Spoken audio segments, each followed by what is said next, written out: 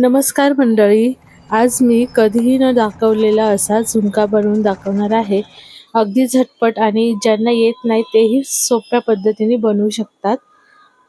एकदम सुक्का झुणका बनवणार आहे. तर चला आपण सुरुवात करूया. यासाठी मी एक मध्यम आकाराचा कांदा घेतला आहे आणि 8 ते 9 लसणाच्या पाकळ्या चेचून घ्यायच्या आणि अर्धा चमचा मी हिरव्या मिरचीचा ठेचा घेतला आहे. तुम्ही लसूण मिरचीचा ठेचाही घेऊ शकता. आता मी तेलामध्ये जिरे घातलेत फोडणीला आणि लसूण कांदा फोडणीमध्ये घालून घ्यायचा आहे. छान असं त्याला गुलाबी होईपर्यंत परतून घ्यायचा. असा झुणका तुम्ही नक्की बनवून पहा. अगदी झटपट तयार होतो आणि एकदम बनवायला तर खूपच सोपं आहे.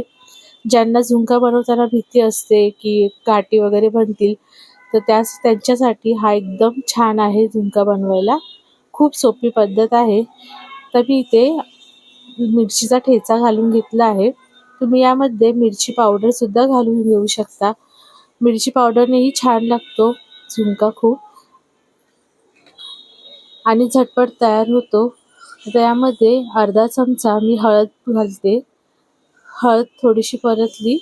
यामध्ये मी 1 वाटीपेक्षा थोडंसं कमी बेसन पीठ घेतलं आहे.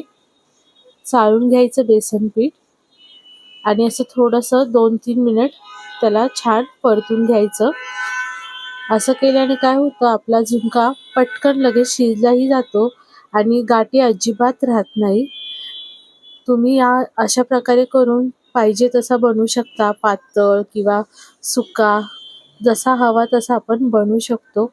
आता मी इथे 2 ते 3 मिनिट त्याला छान परतलं आहे आणि आपल्याला चवीप्रमाणे यामध्ये मीठ घालून घ्यायचे. मीठ छान सर्वीकडे मिक्स केलं की यामध्ये आपण आता पाणी घालायचं आहे. आता मी इथे पाऊण वाटी बेसन पीठ घेतलं होतं, तर पाऊण वाटीच पाणी घालणार आहे. छान असं हे मिक्स करून झाल्यानंतर आपण पाणी घालून घ्यायचं. हे पहा, इथे मी आता पाणी घालते. मी आता हे 1 वाटी पाणी मधलं थोडं पाणी शिल्लक ठेवलं आहे, म्हणजे पाऊण वाटीच पाणी घातलं आहे मी. आणि पहा, लगेच तो छान घट्ट होतो आणि शिजलेलाही आपल्याला कळून येतो.